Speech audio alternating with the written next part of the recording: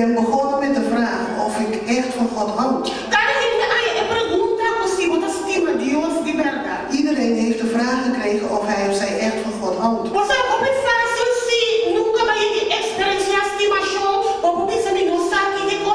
Je kunt makkelijk zeggen als je nooit liefde hebt ervaren dat je niet weet wat het is. Maar God die van ons houdt, die laat ons zien wat echte liefde is. En hij geeft ons in het natuurlijke vele voorbeelden van liefde. Zodat wij kunnen begrijpen hoe wij van hem moeten houden.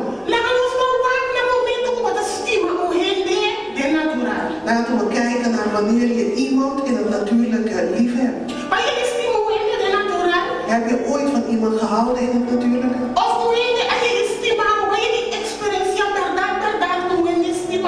Heb je ooit ervaren dat iemand van jou heeft gehouden? Ik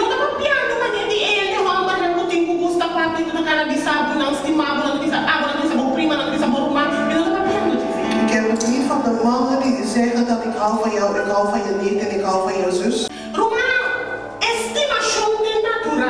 Het houden van in het natuurlijke. Datgene wat er van binnen gebeurt als levende mensen. Dat wil God dat voor hem gebeurt. Op het moment dat je de hele tijd over die persoon hebt. Je houdt van die persoon en je wil dat iedereen weet dat je daarvan houdt. En je wil dat iedereen jou met hem of haar ziet. Stel je eens voor dat iemand zegt dat hij van jou houdt en hij gaat nergens met jou mee.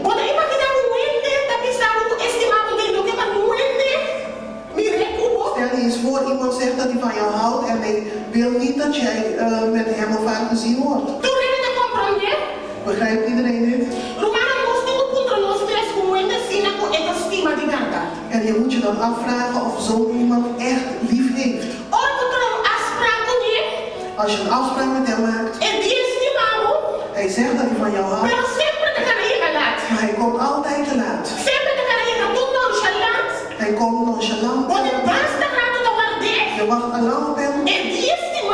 Hij zegt dat hij van jou houdt.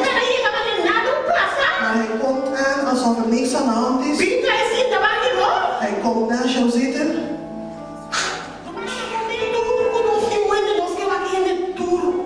Wanneer wij van iemand houden, willen wij die persoon elke keer zien. Is er niet iemand die van iemand houdt en die hem nooit wil zien? Echte liefde. Wanneer dat degene jouw hart echt heeft aangeraakt. Dan vraag je zelf, wat kan ik voor jou doen? Wat wil je dat ik voor jou doe? Waarmee kan ik jou helpen? Dat weinige dat je voor jezelf helpt, beschouw je als van ons. Want ik hou van jou. Er is iets in mij wat voor jou klopt. Dezelfde rolletjes die de mensen spelen in het natuurlijke. Zo doen ze het ook in de geestelijke. Zo doen ze het ook met God. Zo zeggen ze ook tegen God, ik hou van u.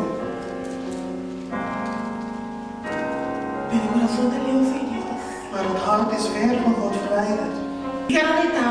Wil ik jou uitdagen om je eigen te gaan onderzoeken.